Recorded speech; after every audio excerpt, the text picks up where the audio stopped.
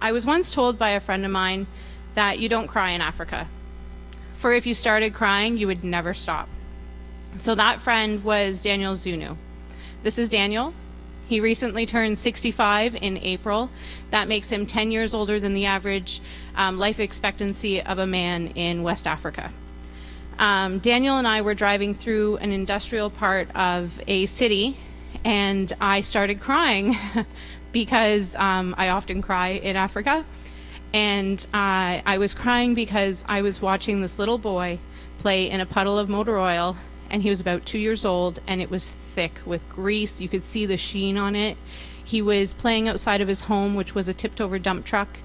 It had a rugged cloth covering the opening, and his mother was making dinner outside. And at home, I had my son, Kieran, who was the same age, who I knew was being stuffed with cakes and pudding because I was away and his grandparents were taking care of him. And it just felt heartbreaking. It felt so helpless. When Daniel told me this, it really touched me. It became my motto, actually, because he's right. There is no crying in Africa. I say that repeatedly when we're there, and I say that when I face tough times here. Because what I've come to realize is, as much as you do cry because you are experiencing these things and you're being exposed to things that we're not normally exposed to, and it is heartbreaking, your tears aren't going to solve anything. What's going to solve the issues there is prayer, is sharing people's stories, like Daniel, and searching for solutions. And I truly believe this is an image, of that community. It's pretty awful. And for me, I believe in my heart that the solution for Liberia is a Christian-centered education. The people of Liberia, they need a hand up. They don't need a handout. They need help, and they need Jesus. For those of you that don't know, Liberia is a country founded by freed slaves. I'm just going to take this out. It's a country founded by freed slaves from America that were taken across the ocean and dumped on the coast. It's a country that has been through 14 years of civil war, the bloodiest civil war on record, and the media actually dubbed it the Cannibalism War because it was so awful. Tens of thousands of child soldiers were used to fight that war. Liberia is a country in rebuild. It is 14 years war-free. It is peaceful, but the country is still suffering. They are a country that is over half the population is uneducated. They cannot read. The government is corrupt, and the unemployment rate is astronomical. So I want to tell you a little bit about how we got involved in Youth for Christ Liberia, because I don't think I've ever shared that with you guys. So in 2012, Don just had on his heart that he wanted to go on another mission trip, and he started praying about it. Shortly after he prayed about it, he was contacted by Youth for Christ International, Youth for Christ Canada, and was asked if he wanted to go on a mission trip to Liberia. Of course, he said yes, and they began a year of training, and in April 2013, he left for his 21-day trip. Now, he left me at home. I had 4 kids, my youngest of which was just over a year. And if you recall that April, it was awful. We had an ice storm, we had snow. It was horrible. The kids and I were praying for the mission every day. We were praying for Dawn. We had no communication other than the odd blog post. And it was hard. My van started making this awful sound halfway through the mission. My prayers started slowing down. Instead of every day, we were every third day, every fourth day. I was just tired. I was tired of dealing with 4 kids. I was tired of shoveling my driveway in April. 2 of my kids got sick while he was away, and our well pump stopped working. So I went 3 days without water, and I was standing in our kitchen in Cherry Valley with no water. Halfway through dinner, the kids were screaming and yelling, and I just screamed at God. I said, what are you doing? He's away working so hard. What are you doing? What do you want from me? Do you want me to pray? And he did. So I did. And after praying, I walked over to the kitchen sink, and I turned on the tap, and I had running water. Sorry. And at that point, I knew in my heart that we would be leading Liberia. So a few days later, when I picked up Don from the airport, he was so excited to tell me, hey, guess what? They've asked us to lead Liberia. And I didn't even let him get it out. And I just said, they want us to lead Liberia, don't they? And he was shocked.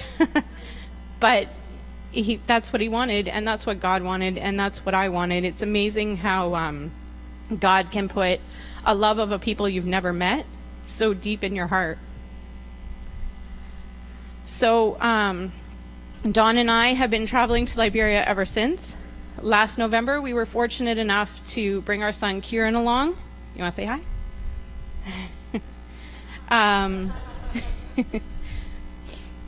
Kieran was kind of the center of attention when we were there because Liberia was such a hard country. A lot of people don't go. You don't see a lot of missionaries. You don't hear of a lot of missionaries going.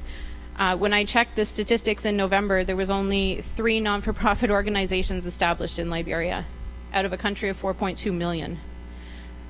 So Kieran was asked daily, are you a small white man or are you a kid? So, which of course he answered, yes, I'm a kid. And then kids just flocked to him. Everywhere we went, kids wanted to talk to him and touch him and feel his hair and his skin. And it's amazing how kids are the same all over the world. They just wanted to play. They just wanted to have fun. They followed him around. He would play soccer with them. We brought footballs, and some of them had wicked arms, actually, but they played catch with those. It's unbelievable how children just do not differ. So Don headed to Liberia first. He stayed 10 days with Joshua Milton Blythe. Joshua is he's a great guy. He's got a huge smile always.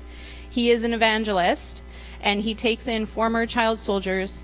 He rehabilitates them, he shares the gospel with them, and he teaches them employable skills. Joshua is also known as former General Butt Naked. During the war, he was one of the fiercest fighters.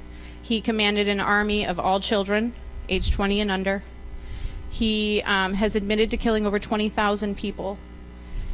And he got to know Christ partway through that war. He got to know Christ and he walked away from combat. He released his boys, as he calls them, and he's been locating them and rehabilitating them ever since. When he takes a child in and he rehabilitates that child and he teaches them a skill, the first thing that child is sent to do is to build a home in the village he came from, the village he was taken from. Because by the time war ended, these kids would go back home and they'd be rejected because they had killed their family, they had killed their friends, they had nowhere to go. So this is their way of giving back to their village and allowing the people to understand that they are remorseful for what they've done. So Don got to stay right with Joshua and his family. Joshua takes in his relatives, his cousins, all their kids. He always has kids around. And he sends them to school and, of course, teaches his boys. So Don went to teach how to build a brick press machine. He taught welding and fabricating. He had an awesome experience. Now, one of the guys that Don grew close to, his name was Harris. He's there with the light safety glasses, not the dark ones. And he was 10 years old when he started fighting. And he actually used to fight against Joshua. So at one point, Joshua pulled Don over and said, "See that man over there? He used to shoot at me." And now they're brothers in Christ. Harris has no education.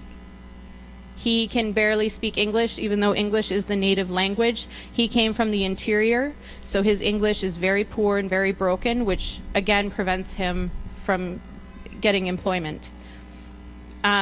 He worked very, very hard, and by the last day, he got it. He knew how to build the machine. He was managing to drill the holes in the right place and put the entire thing together, and he was so proud of himself. And that pride in yourself is so important.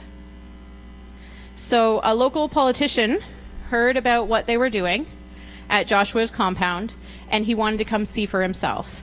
He was so impressed with what he saw that he actually ordered 100 brick press machines, and they are retailing for $750 a unit. So that's amazing for a country that people make under $1 a day. So not only does that work well for Joshua's organization, and he'll be bringing an income to support more former soldiers, but the guys were so grateful that they've offered to help us build a home on our school build property for teachers and caretakers, and they will do that voluntarily, so no charge, which saves us a huge thing. And that's what happens in Liberia. You help me, I will help you. So there's the bricks there. Once they're pressed, they're hardened, they're made of clay, which is abundant there, and then they are filled in with clay and dried, and they're beautiful. So this brings us to TIA. Does anybody know what TIA means? Yes, Callie?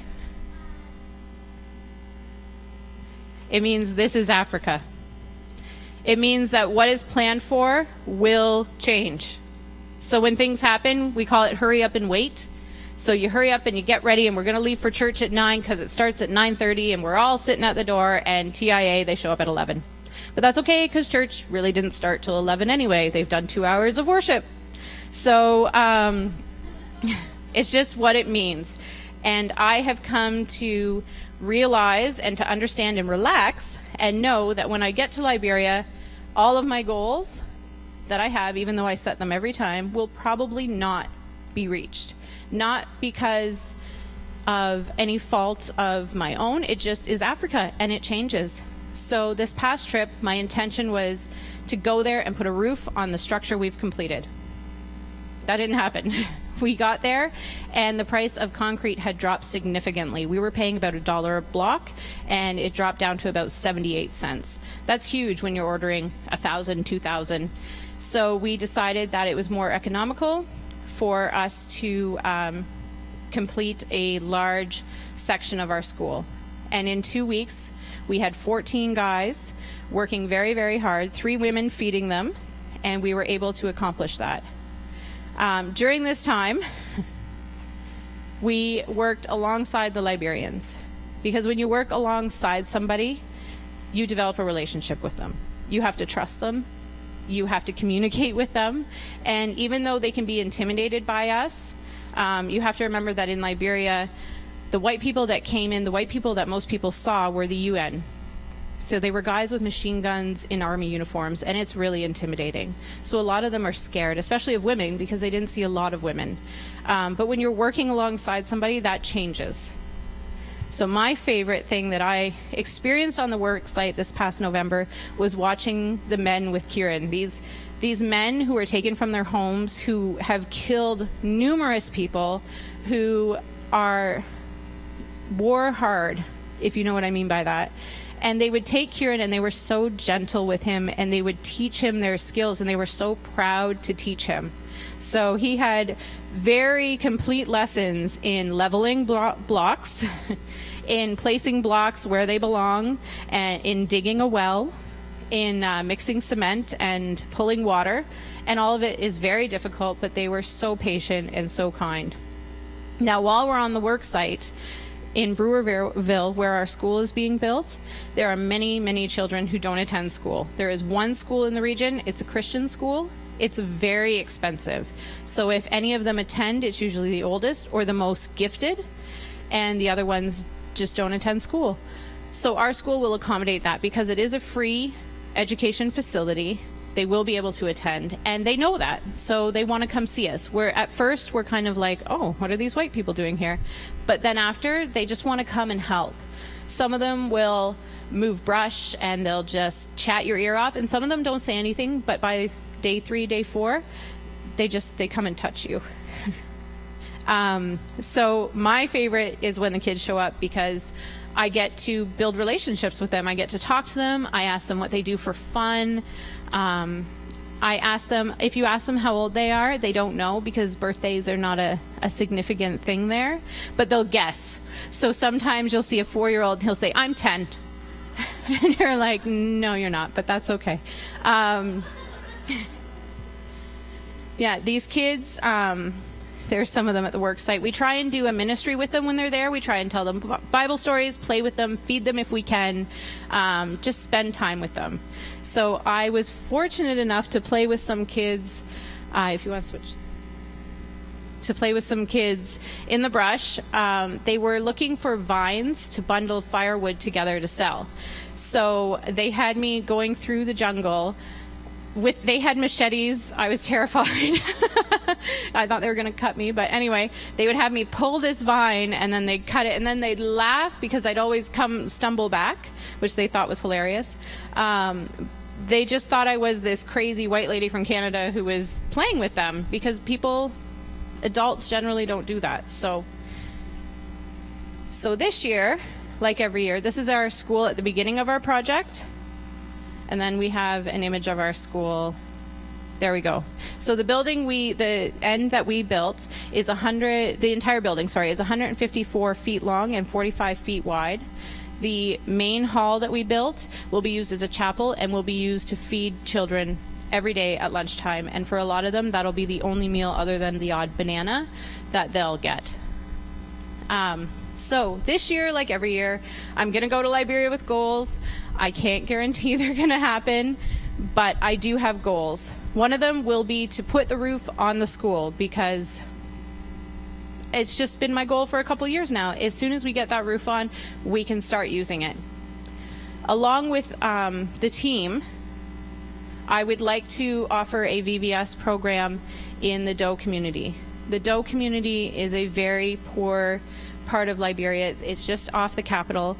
How it came about was the world governing body that came in. I'm not sure what specific group came in, but they came in and they said that the Liberian government, because of the war, should offer affordable housing to people. So the government of Liberia agreed. And remember, it's a very corrupt government. So they built it on a floodplain. These people live in a community that 3 times a year for 2 months floods out. Their homes are filled with water. They sleep on whatever they can raise their bed up with, or they're sleeping in water. We've been through the Doe community. It's very common to see children without clothing. It's very common to see children emaciated and adults as well. It's a very, very poor community. But the last time we were there, 2 years ago, we were fortunate enough to run a VBS program, and the kids were amazing. These kids, they don't go to church.